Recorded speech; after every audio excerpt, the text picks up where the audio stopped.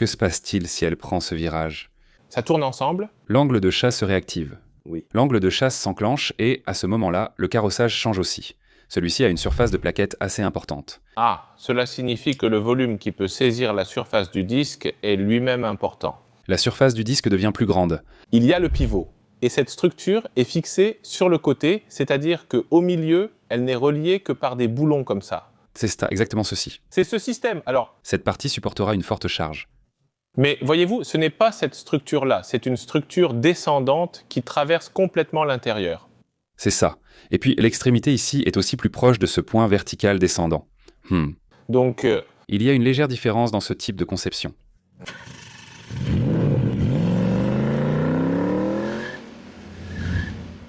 Bonjour, je suis Yotmeo Gorum. Bonjour, je suis Gomisou. Si nous devions évaluer le meilleur châssis parmi les SUV de taille moyenne, l'un d'eux aurait forcément été le Grand Koleos. En Corée, le Grand Koleos est le SUV de taille moyenne numéro 1.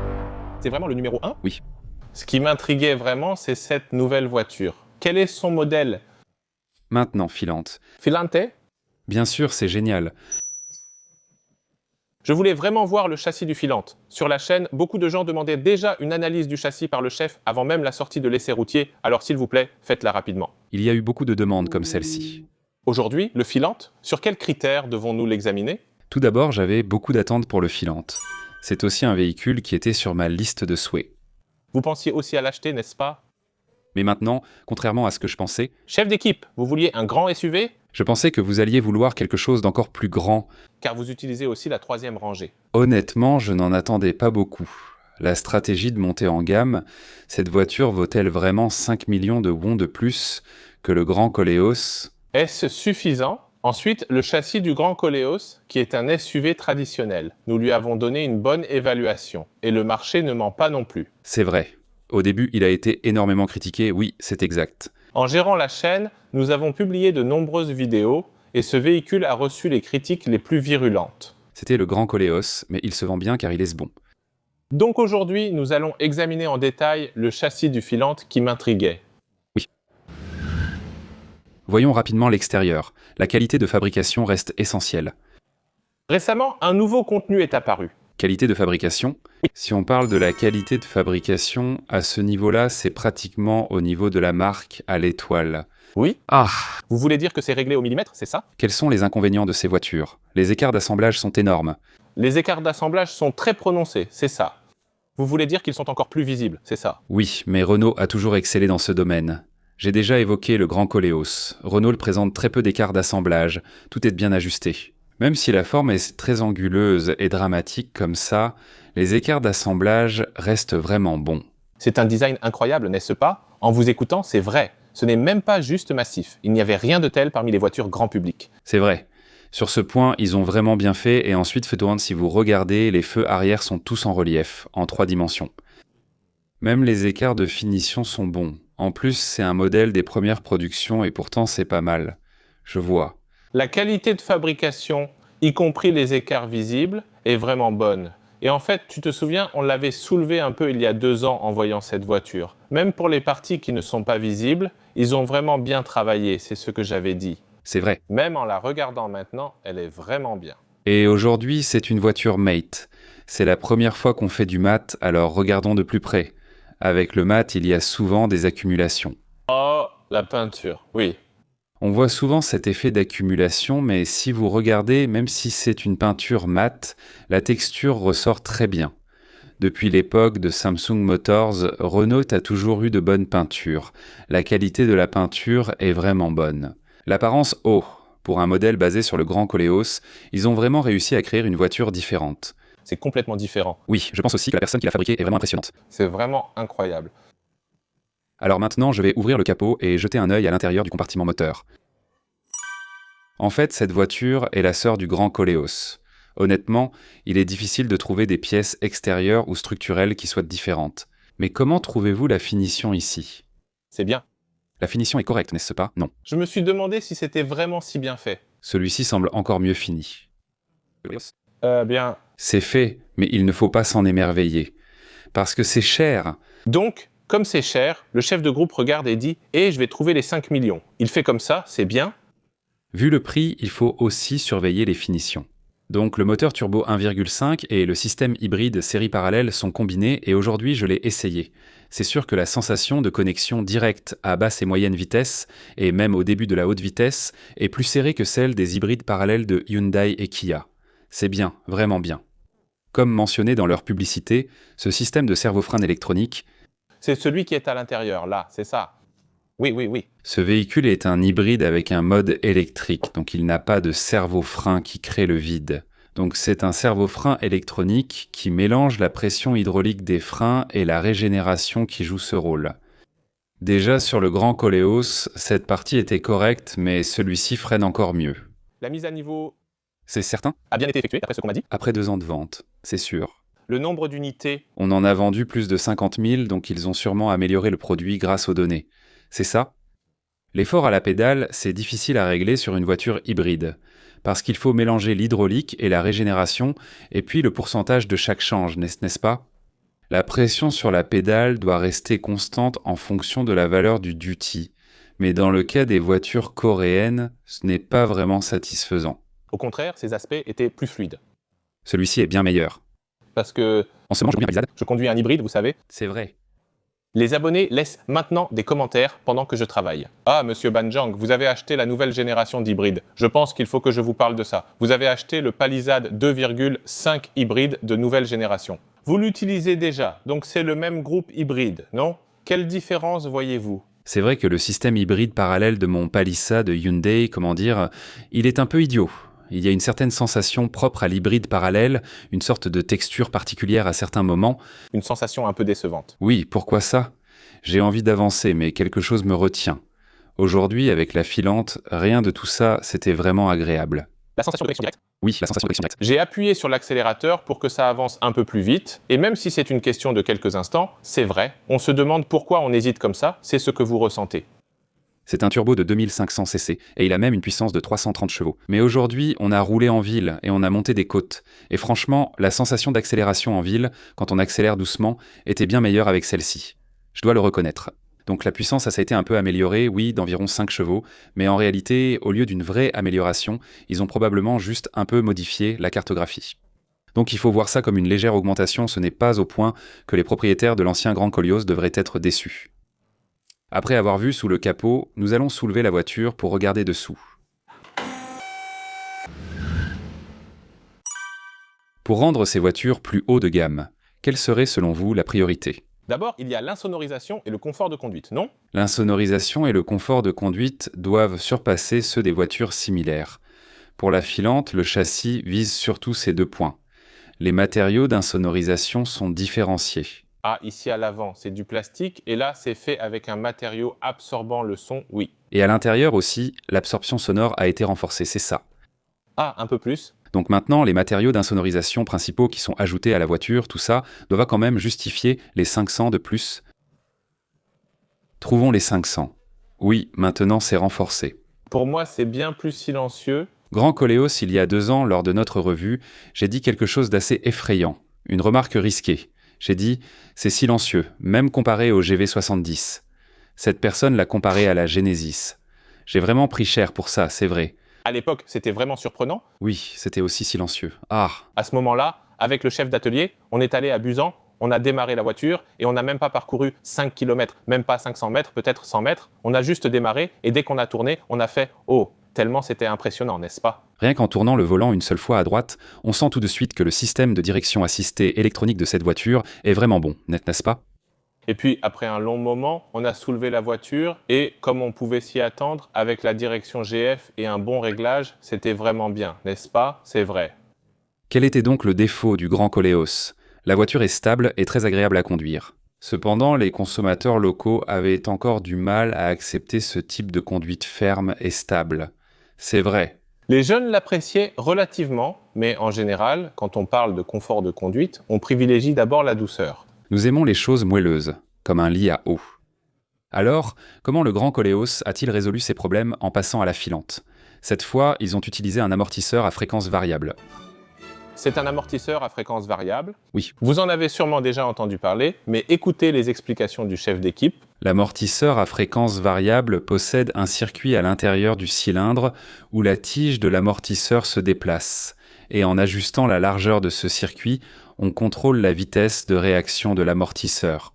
L'amortisseur à fréquence variable adapte l'amortissement selon l'état de la route, les conditions de conduite et la vitesse. C'est ça, selon l'état de la route. Alors, chef d'équipe, Donc, l'amortisseur classique ou l'amortisseur mécanique dont on parle habituellement, lui, il reste le même, peu importe l'état de la route. lui aussi ce système McPherson, hein. Aujourd'hui, un système d'amortissement à amplitude variable, avec multi-soupape, est généralement intégré. Parce que, comme je vous l'ai déjà montré plusieurs fois auparavant, l'amortisseur est positionné droit, avec un angle de chasse légèrement vers l'avant, et il ne bouge que dans cette position. Dans ce cas, une telle fonction ne serait pas vraiment nécessaire, n'est-ce pas ? Mais quand il prend un virage, oh, tout le monde. Regardez bien ici, tout le monde, faites-le une fois, chef d'équipe. Alors, que se passe-t-il quand il prend le virage comme ça ? Ça tourne avec, hein ? L'angle de chasse intervient aussi, oui. Oui ? L'angle de chasse est appliqué, et ensuite le carrossage changera aussi. Ah, alors, La direction dans laquelle cette tige bouge change aussi. La direction change, elle change par rapport à ce point de référence. c'est vrai ? La technologie de réglage des valves, selon cet angle, équipe désormais les véhicules récents. Même si le Grand Koleos s'arrêtait à cette version, la sensation était très bonne. Je l'aimais vraiment. Honnêtement, la sensation de cet amortisseur sensible à la fréquence ressemble beaucoup à celle des voitures Hyundai.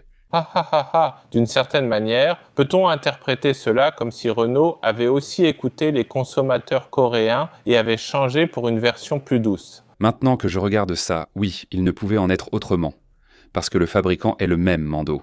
Oui, Vous voulez voir le logo ? Rien qu'en le voyant, vous ne le reconnaissez pas, mais les mécaniciens reconnaissent le fabricant grâce à lui. il y a un contour rouge avec une ligne pointillée. Vous pouvez comparer avec ce logo ? Hein, c'est pareil, non ? Oui. Celui-ci, c'est le LX3, c'est le Palisade. Celui-ci, c'est celui du Palisade. Ah, ou celui-ci, c'est enfin le Grand Koleos. Mando, c'est bien, non ? C'est bien. C'est bien, mais personnellement, je préfère un peu plus l'ancien style. Vous aimez une sensation plus ferme et authentique, ce qui permet de vraiment apprécier le confort de conduite du véhicule, n'est-ce pas ? Et avec l'ajout de l'amortisseur ici, on ressent vraiment une sensation similaire. Merci beaucoup. Comme vous le voyez, pour cette partie du pivot et d'autres éléments, j'en reparlerai plus en détail plus bas. Il y a un secret. Alors, pour les freins, les spécifications matérielles sont identiques à celles de Grand Koleos. Avec un disque de 320 mm, c'est une taille d'environ 29 ou 30 mm, et comme je l'ai déjà mentionné, la surface de la plaquette est assez large. Ah, oui, cela signifie que le volume même qui permet de saisir la surface du disque est important. La surface de ce disque augmente. Sur les voitures importées, la largeur de la plaquette est importante, donc la surface de contact avec le disque de frein aussi. Dans le cas de BMW, le moyeu est petit et la surface de friction est extrêmement large comme ça. Plus la plaquette est proche d'un carré parfait, mieux c'est. Parce que ça couvre plus de surface, la performance est meilleure, c'est ça ? C'est ça. Plus la plaquette est large, meilleur est le freinage, mais aussi, plus elle est proche d'un carré, meilleure est la stabilité au freinage et il y a moins de vibrations. C'est bien ça. Un format proche du carré est préférable. Lors de la conception, on considère le rapport de forme. Pour les voitures coréennes, il reste faible, comme pour les anciens modèles de Renault.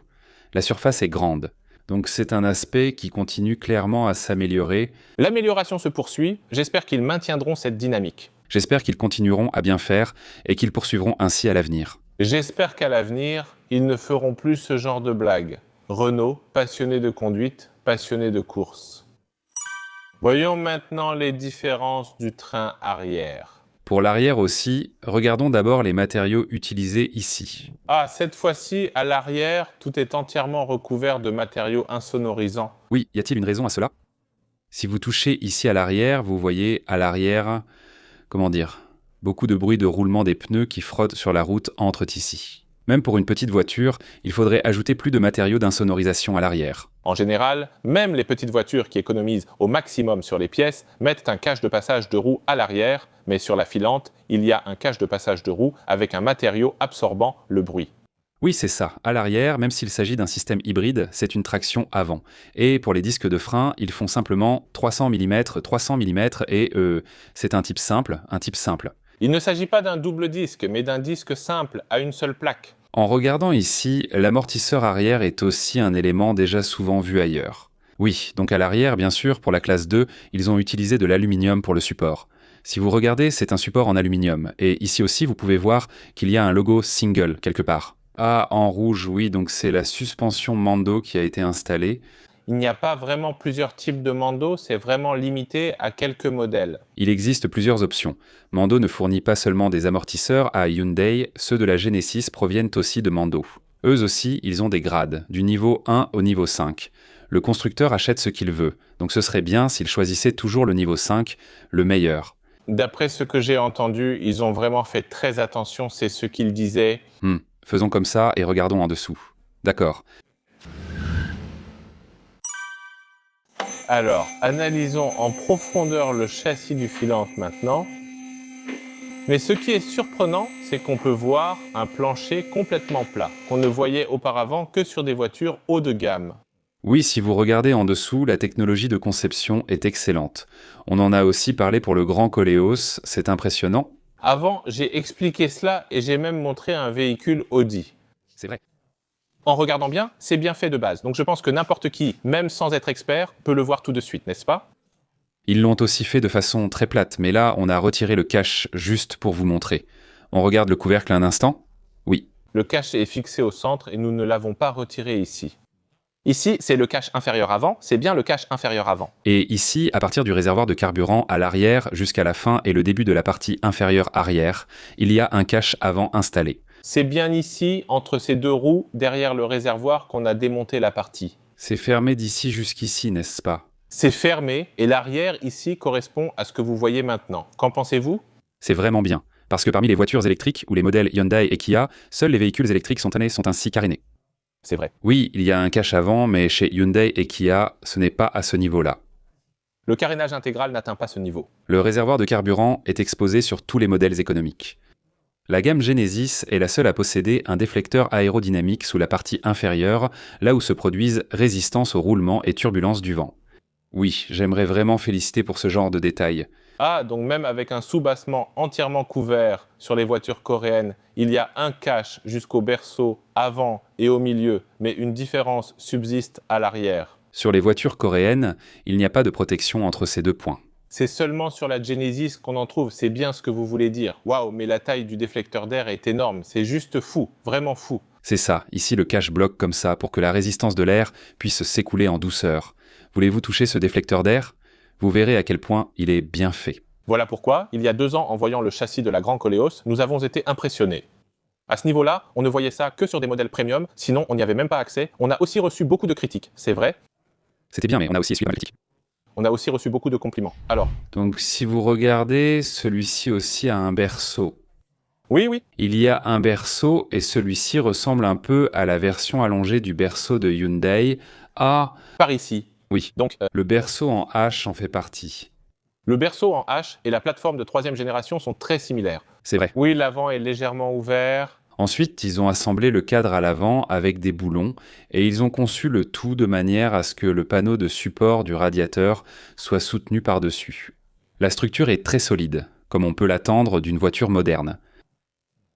Mais il y a un piège. La partie noire, c'est le côté moteur. Ce côté-ci, c'est le moteur, et ce côté-là, c'est la partie de la transmission, la partie de la boîte de vitesse. Pour ceux qui découvrent cela, on pourrait croire que la plus grande partie est le moteur. Mais en fait, la partie noire est le carter d'huile. À gauche se trouve la transmission et au-dessus, le moteur électrique. Vous souvenez-vous de ce que j'ai dit sur notre Arcadia? J'ai dit qu'ils avaient vraiment bien optimisé la structure et l'agencement. Même maintenant, celui-ci aussi a vraiment un bon agencement. En discutant avec le directeur, dès qu'on a parlé de l'agencement, j'ai tapoté ici. Mettre tout ça dans ce cadre, c'est le défi du fabricant, n'est-ce pas? C'est ça, alors comment fait-on pour tout mettre dedans?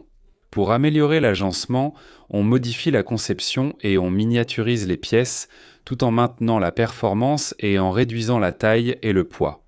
C'est cela l'agencement. Dans ce cas, une technologie brevetée a été utilisée, un système hybride série parallèle avec une boîte de vitesse à 3 rapports. Chez Hyundai, les moteurs de cette taille sont exposés. De ce côté-ci. Alors que se passe-t-il? La transmission est décalée à l'arrière. Donc la transmission va sortir encore plus. Mais ici, cette partie est intégrée, c'est un ensemble maintenant, la boîte de vitesse et ensuite le moteur. Parce que le réducteur est intégré. Comment? Si on regarde, tu viens d'expliquer ce packaging, donc les abonnés peuvent te dire « Ah, je comprends », mais ils peuvent aussi se demander pourquoi on pose ce genre de questions.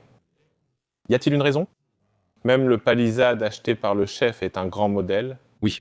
La taille de la boîte de vitesse varie selon les modèles intermédiaires et grands. C'est vrai. La taille empêche l'installation, comme vous l'avez dit. Dans le cas de ce véhicule, il est équipé d'une boîte de vitesse à 3 rapports basée sur un réducteur pour véhicules électriques.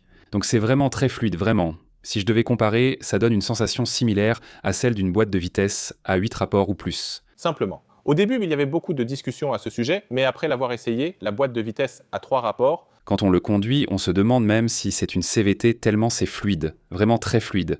Par exemple, la Palisade hybride que je conduis a une boîte à 6 rapports, elle est vraiment lente, c'est vrai. même si celle-là a 6 rapports, ce n'est pas juste une question de dire celle-là a 6 rapports, celle-ci en a 3, ce n'est pas aussi simple que ça. C'est vraiment lent. Parfois, le régime monte de façon désagréable, parfois il descend en tremblant un peu, il y a ce genre d'inconvénients, mais dans l'ensemble, j'étais assez satisfait. Elle roule depuis 2 ans sans gros problème, donc c'est bien. Ça fait déjà 2 ans, les ventes sont aussi assez importantes pour ne pas être négligées, et cette inquiétude vague qu'on avait à l'époque est maintenant en train d'être dissipée et vérifiée. C'est ça. Alors, comme vous pouvez le voir, Monsieur Moguri aime bien les supports moteurs, et il y en a 2 ici qui tiennent bien. Un ici, c'est ça. Et un autre de ce côté, Et si vous regardez ici, la finition est vraiment bonne, c'est très bien usiné. Regardez la finition de cette sealant block, et puis ces pièces usinées avec précision, c'est vraiment pas mal. pour info, je précise qu'il y en a 2 car, même pour les gros véhicules en Corée, ceux à fort couple moteur étaient aussi séparés ainsi. Oui. Donc ce système à 2 éléments se retrouve généralement sur les véhicules haute performance ou à forte puissance. Alors, Et dans cette gamme de prix, mais cette gamme de prix a un peu augmenté, n'est-ce pas? c'est revenu à 5 millions de won. Oui, c'est vrai, c'est pareil pour le Grand Koleos aussi. Si vous regardez les berceaux avant, c'est de l'alliage. Oui, vous parlez de là-haut, n'est-ce pas? Oui, c'est ça. Ceci. Ceci, Attendez un instant. Waouh, c'est vrai. C'est une partie qu'on ne voit pas. Oui, c'est suffisant. le berceau avant est en alliage, ce berceau est un peu long. Parce qu'avec une seule plateforme, on fabrique plusieurs modèles de voitures, donc on coupe ici, et à partir d'ici jusqu'ici, c'est une plateforme multimodèle, et à partir d'ici, c'est une plateforme qui permet de fabriquer d'autres modèles. C'est la partie principale, aujourd'hui les constructeurs utilisent la modularité. Mais en comparant avec d'autres voitures en aluminium coulé, citons Genesis ou d'autres marques étrangères. Genesis est encore mentionné? Oui, donc à ce niveau-là, c'est vraiment impressionnant. Certains qui n'ont vu que la partie inférieure de la plateforme CMA ont dit « Et ce n'est pas juste une extension, mais il y a aussi des renforts, tu vois ?» C'est vrai. Ils ont aussi soigné les parties invisibles comme ce cadre. C'est vrai, et puis il y a aussi ces plateformes étendues comme celle de la 3e génération, ça aussi c'est un élément marketing. Parce que même chez Volkswagen, ils utilisent encore le cadre en H, mais les résultats de collision sont plutôt bons. Ah, c'est vrai. C'est vrai, l'ID5 et d'autres modèles avaient déjà cette structure. Donc être plus sûr, ce n'est pas forcément le seul point important, vous voyez? Alors, si vous regardez aussi les voitures coréennes, même si je parle souvent de Genesis, eh bien, les freins sont imposants. Ils sont bien remplis. Si vous regardez aussi le écran thermique, c'est un alliage. Cet alliage, à partir de quel modèle est-il utilisé? Il commence à être utilisé à partir de la Genesis. Alors monsieur, est-ce que cela vous dérange si je vous pose une question? Pour le Palisade, c'est juste une tôle en acier. Maintenant, je vais travailler sur une autre voiture. Ah, c'est le Palisade. Ah, c'est ce genre de tôle en acier. Oui, c'est juste une tôle en acier noir ordinaire qui est utilisée. Ah, mais oui. C'est vraiment surprenant. Oui, donc le pivot. Le pivot est similaire à ceux des voitures coréennes de taille moyenne. Le pivot est en alliage d'aluminium. Ici, oui, il y a un alliage d'aluminium, mais quelle est la base de cette voiture déjà? La plateforme CMA, c'est Volvo, non? Volvo, oui. Volvo utilise une plateforme européenne, donc la structure où la jambe de force et le pivot sont assemblés est identique à celle des véhicules européens, n'est-ce pas? Waouh, c'est une remarque importante. Un point qui nous avait marqué à l'époque, c'est que malgré ce concept, cette structure traversante était déjà présente sur les véhicules haute performance observés jusque-là. Les véhicules européens. Parce que quand la voiture reçoit une charge comme ça, oui, à ce moment-là, cet amortisseur supporte le poids de la voiture, donc il reçoit la charge verticalement vers le bas. Oui. Si les 2 parties sont bien assemblées et en contact, oui, la stabilité est excellente, n'est-ce pas? Ce serait idéal. D'où l'utilisation de cette structure par de nombreuses voitures européennes. Ce genre de structure-là. Oui. Donc, je me suis dit, ah, je ne comprends pas. Alors, je vais vous l'expliquer directement. Il y a le pivot du Palisade comme ça, c'est un pivot. Oui, il y a le pivot. Voilà, là, vous êtes en train de tout reproduire exactement. Oui, ha, ha, ha. Alors, si vous regardez comme ça, il y a le pivot. Et cette structure est fixée sur le côté. C'est-à-dire que le milieu est juste relié par un boulon comme ça. C'est ça, exactement ceci. C'est ce système. Alors, Cette partie subira une forte charge. Mais vous voyez, ce n'est pas cette structure-là, c'est une structure descendante qui traverse complètement l'intérieur. C'est ça. Et ce point final est plus proche de ce point vertical descendant. Donc il y a une petite différence dans ce genre de conception. En général, les voitures européennes sont conçues comme le filante que vous voyez ici. Alors, chef d'équipe, je viens d'avoir une question. Nous avons confirmé tout à l'heure que chez Hyundai, c'est cette structure-là. Oui. Que pensez-vous de cette structure pour Genesis, la marque premium nationale ? Genesis, c'est ça. Pour Genesis, j'ai l'impression que la discussion tourne toujours comme il y a 2 ans, mais Genesis utilise déjà cette méthode. N'y a-t-il pas une raison à cela ? Parce qu'il faut prendre en compte la stabilité. La stabilité ? La stabilité, la conduite, la stabilité de contrôle. Ce genre de choses ? Il faut prendre ça en compte. Bien sûr, parmi les voitures étrangères, oui, il y a de bonnes voitures qui utilisent ce même type de structure. Il y en a, ce n'est pas qu'il n'y en a pas. Comme elle avait été conçue par des personnes très compétentes, c'est une question de savoir si c'est bon ou non. Les voitures haute performance classiques, ainsi que de nombreux véhicules premium en Corée, privilégient généralement cette structure. C'est ça, mais uniquement pour le système McPherson. Une version un peu plus haut de gamme du McPherson. Ici, si on va vers un système encore plus compact, on arrive à la double triangulation. Le bras inférieur me laisse un peu sur ma faim. Vu que la filante est une voiture complètement différente, il vaudrait mieux utiliser au moins un alliage d'aluminium pour le bras. Elle coûte plus de 5 millions, voire 8 millions de won de plus. Plutôt que le toit en verre, j'avais un peu plus d'attente sur ce point, alors... Je me dis aussi qu'il aurait peut-être fallu changer un peu la structure. Ce n'est pas quelque chose de facile, n'est-ce pas ? Vous dites que cela aurait été mieux si ces aspects étaient plus émotionnels et si les renforts avaient été meilleurs. C'est vrai. C'est un peu dommage, mais voilà comment ça s'est passé. Et puis, lors de la période de Grand Koleos, on peut dire que c'est aussi devenu très célèbre à cause de cela. Le fabricant ne l'avait pas encore révélé, mais nous l'avons découvert. Ah oui, il y a un système de direction électronique GF installé. Alors... Le MDPS se trouve ici, sous le doigt du chef d'équipe. Oui, c'est à cet endroit. En fait, ce n'est pas que le type R ou le type C mettaient particulièrement l'accent là-dessus. En conduisant réellement, on ressent une sensation ferme et stable au centre, sans aucune inquiétude. En fait, il n'y a pas vraiment besoin d'en parler longuement. Et selon la forme de la route, vous vouliez une maniabilité qui permette d'aller de façon linéaire, c'est ça. Eh bien, le Grand Koleos a très bien montré cette maniabilité, c'est vrai. Le filante utilise aussi cela, et comme ils utilisent dans Police des pièces de fabricants fiables, c'est forcément bon. Et BID qu'on a essayé récemment, qu'en penses-tu ? Avec le GF, c'est bien aussi, non ? D'une certaine manière, il s'agit des pièces de base, et aussi de la capacité incroyable de réglage de l'ingénieur. Quand tout cela est combiné, le consommateur... C'est bien. C'est ce que l'on ressent, n'est-ce pas ? Donc, il y a ça, mais c'est du type R. Aujourd'hui, on trouve rarement le type C, sauf sur les petites voitures. Maintenant... On est passé au type R, c'est vrai. Mais même si le type R s'est beaucoup amélioré par rapport au type C, ce n'est pas encore parfait. Les constructeurs nationaux utilisent aussi le MDPS de type R, comme sur ma voiture. Par exemple, le nouveau Palisade a aussi le R, non ? Tu en penses quoi ? C'est un système à force de direction, Ils ont intégré un bon système à entraînement par courroie. C'est vraiment récent. Récent. Oui, mais le ressenti n'est pas moderne. Donc, comment faire cela de manière authentique ? Ceux qui conduisent ces voitures européennes ou le Grand Koleos comprendront. Sur l'autoroute, on roule à 100 km/h et sur une portion assez douce de l'autoroute, il faut pouvoir ajuster précisément la direction comme on le souhaite. Mais avec des systèmes qui ne sont pas comme ça, il faut sans cesse corriger la trajectoire. Si on tourne un peu, ça tourne trop, puis il faut corriger dans l'autre sens et ainsi de suite. C'est donc assez stressant et fatigant. Si je peux vous donner un indice, lors de notre essai routier, si le chef d'équipe conduit à 2 mains, la voiture n'est pas rassurante. S'il conduit d'une main, il a confiance dans la voiture. C'est vrai. Il y a des gens qui confondent ça avec le fait de ne pas faire attention. Ma voiture va bien, mais si vous essayez une autre voiture, je pense que vous comprendrez ce que je veux dire. C'est vrai. Donc si vous regardez ici, le système d'entraînement par courroie de la société GF est appliqué. Il est bien installé, vraiment. Ça nous surprend vraiment ? C'est surprenant. L'intégration est aussi très réussie. Ils l'ont complètement intégré derrière la traverse et par-dessus, il y a un autre membre transversal pour renforcer. Le membre en H ne s'arrête pas ici, c'est plutôt comme un petit carré, un peu comme une forme de grille. Ah, il y a une grande plaque à l'intérieur et entre les deux... Ils ont parfaitement intégré le moteur de direction. À l'intérieur. Vous voulez dire que la conception elle-même est bien faite ? C'est ça, cette position a donc été beaucoup abaissée et le centre du MDPS lui-même a été beaucoup abaissé. Je viens de sourire parce que la dernière fois, il y avait une voiture où ce système était à l'extérieur, n'est-ce pas? C'est vrai. Il y avait des trucs qui pendaient dehors, c'est vrai? Ah, Ah, vous parlez de ce moment-là? Cette marque, je m'en suis souvenu, mais nous, quand on regarde le châssis des voitures européennes, qu'en penses-tu si on essaie? ils ont vraiment bien agencé ça comme ça.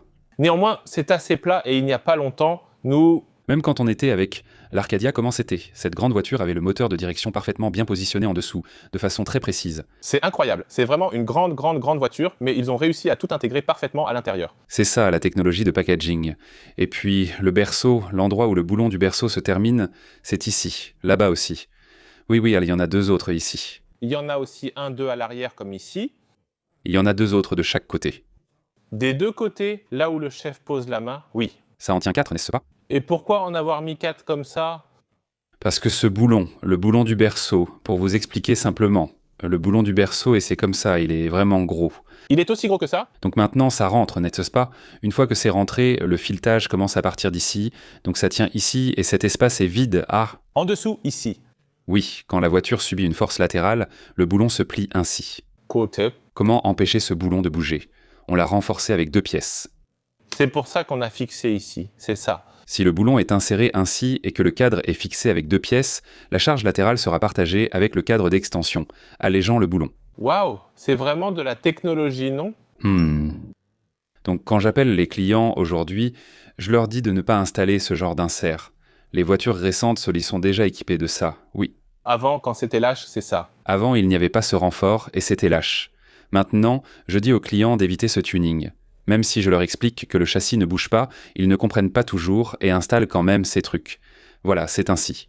N'est-ce pas un peu exagéré? C'est pourquoi il y a tant de pubs mensongères pour des produits miracles aujourd'hui. Ce n'est pas le cas pour tout, mais vous devez connaître le châssis de la voiture que vous achetez, n'est-ce pas? C'est ça.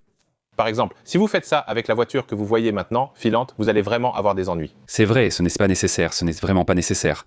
Mais comme on le dit toujours, la barre stabilisatrice est la même, il utilise les mêmes spécifications que le Grand Koleos. Donc à l'avant, c'est une spécification d'environ 28 mm, oui, 28 mm.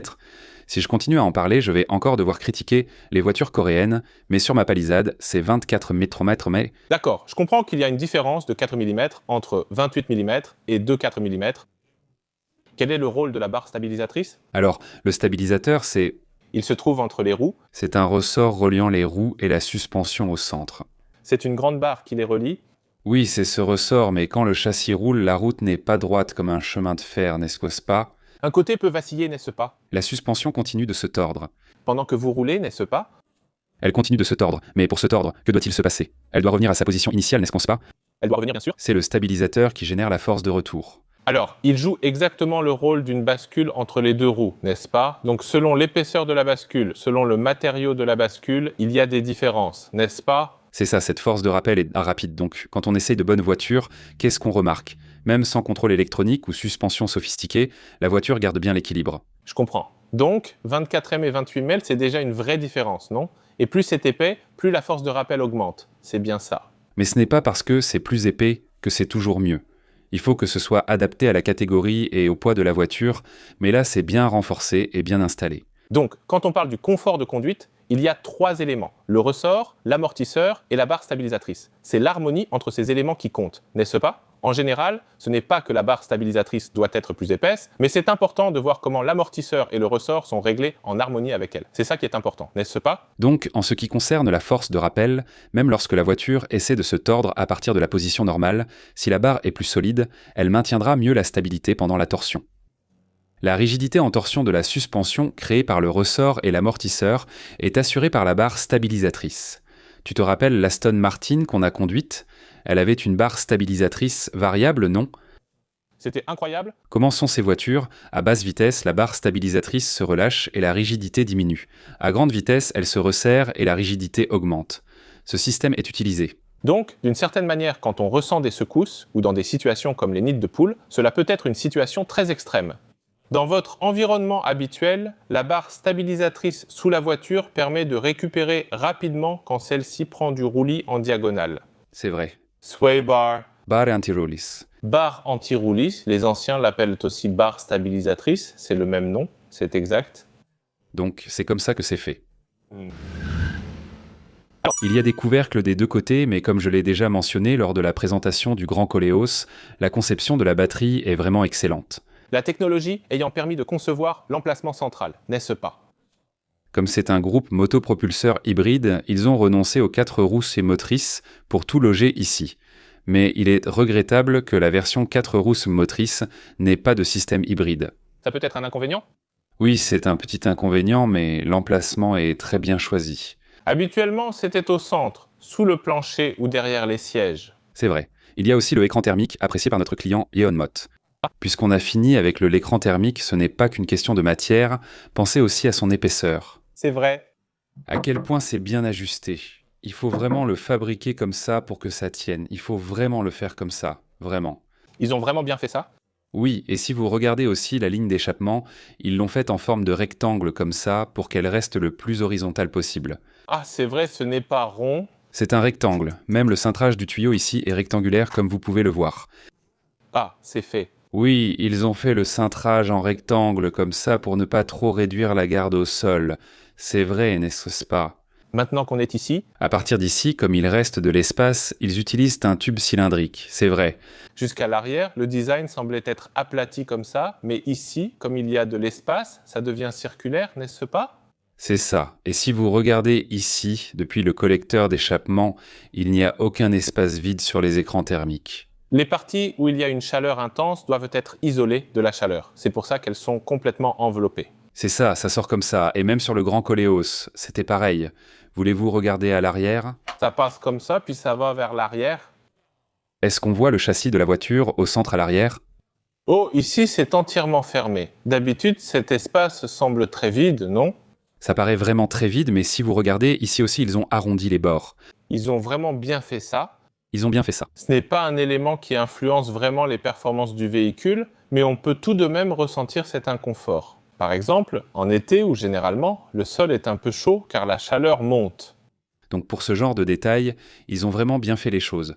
Par exemple, le réservoir de carburant est aussi bien isolé, ce genre de choses, c'est vraiment bien fait.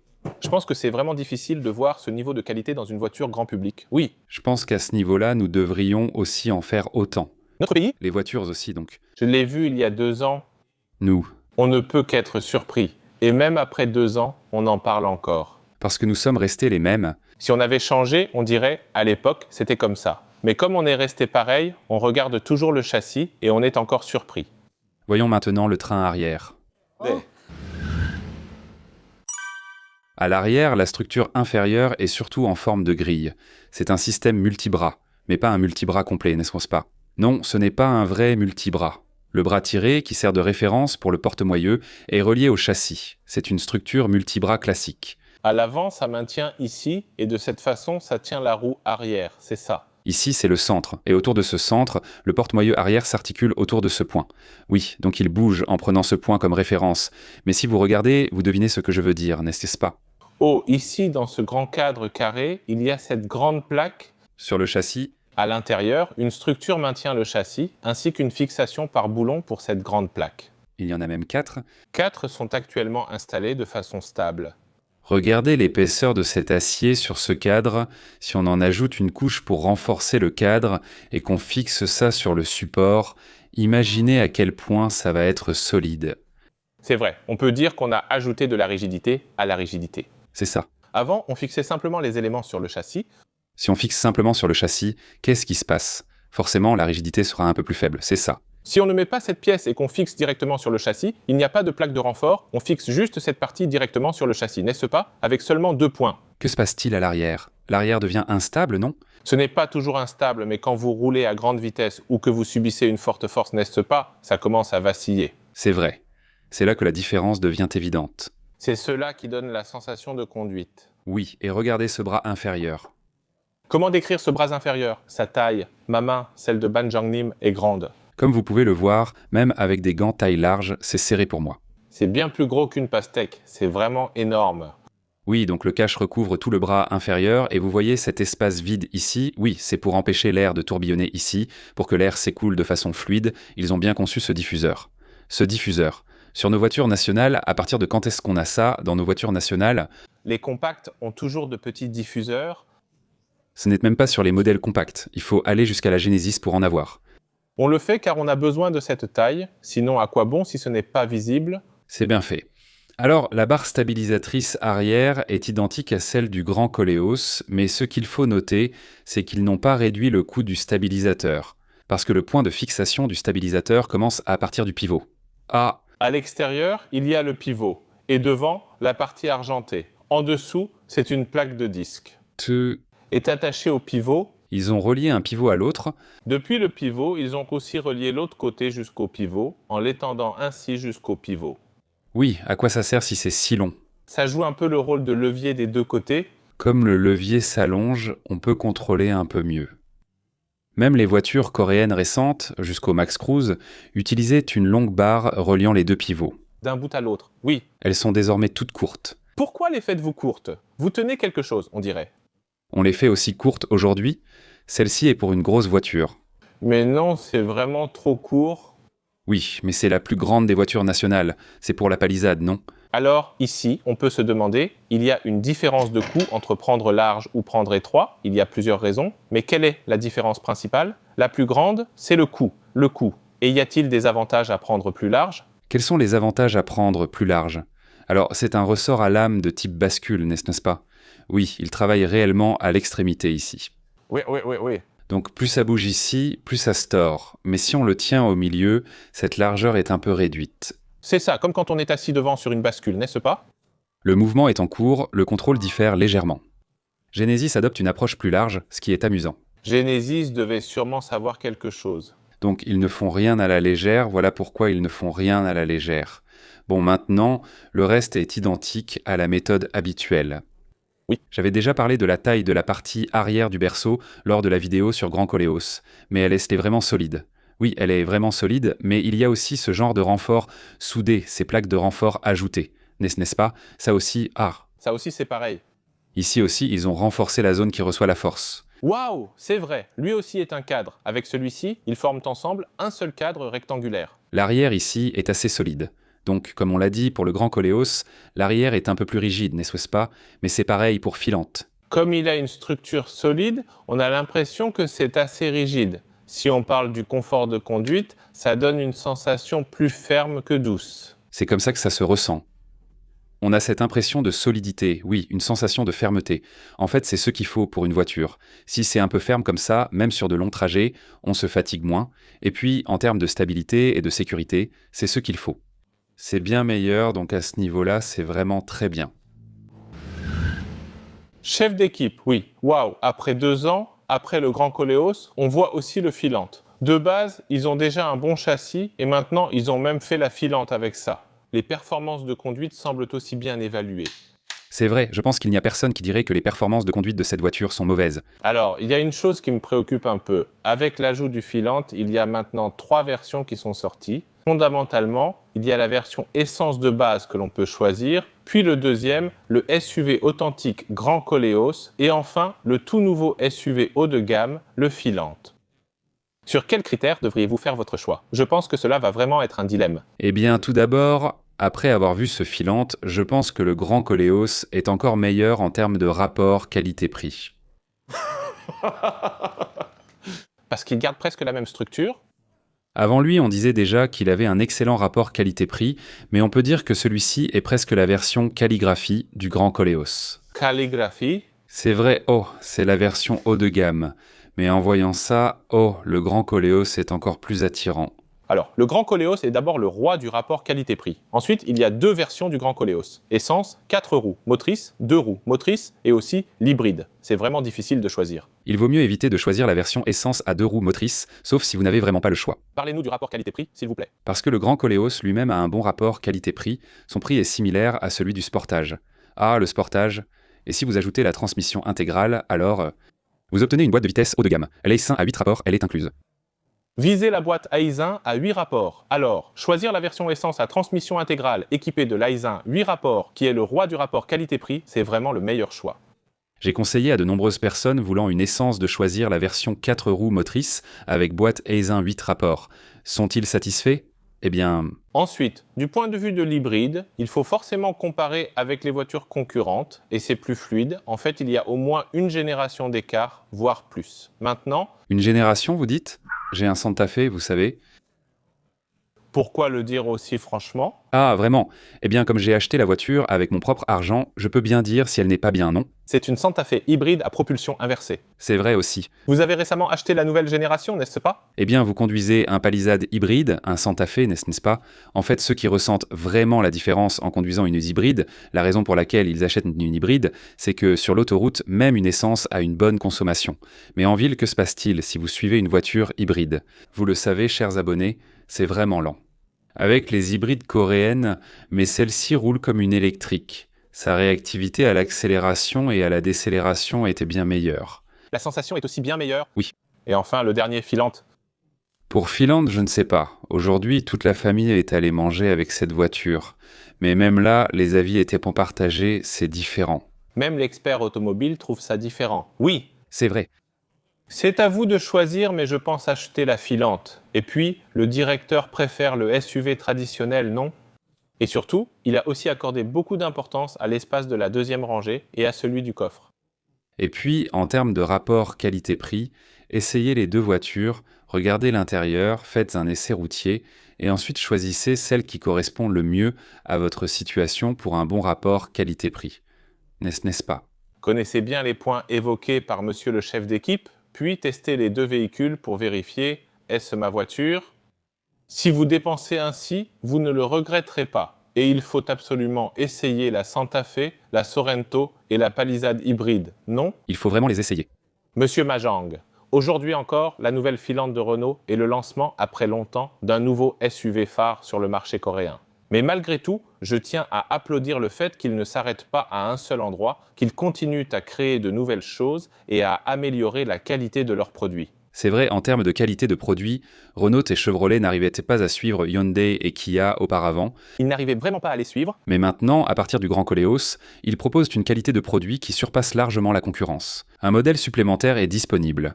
À l'avenir, si la qualité progresse ainsi avec les nouveaux modèles, les autres voitures seront également compétitives. C'est vrai? La concurrence doit être libre sur le marché. Monsieur Majang, merci encore pour votre analyse détaillée d'aujourd'hui. Je pense qu'il serait utile de considérer vos remarques lors de l'achat. Oui, Il y a 2 ans, j'étais impressionné par le châssis. Et aujourd'hui encore, il reste impressionnant à mes yeux. même si je le montre maintenant, c'est toujours bien. C'est à ce point-là. Vous vous souvenez de ce que j'ai dit à propos de Volvo? C'est vraiment une voiture qui a plus de 10 ans, mais elle tient toujours la comparaison avec les véhicules actuels. Celle-ci aussi utilise la plateforme CMA du groupe Volvo, et comme elle est bien conçue, même aujourd'hui, en la modifiant et en la renforçant un peu, elle n'a rien à envier aux véhicules coréens les plus récents. Alors, Aujourd'hui, le directeur a travaillé dur pendant longtemps. Merci beaucoup. Nous reviendrons avec un bon essai routier et une vidéo sur le châssis. Disons au revoir ensemble. Merci. si cela vous a aidé, merci de mettre un j'aime. Abonnez-vous et activez les notifications pour recevoir vite des infos sur les nouvelles voitures. Merci. 나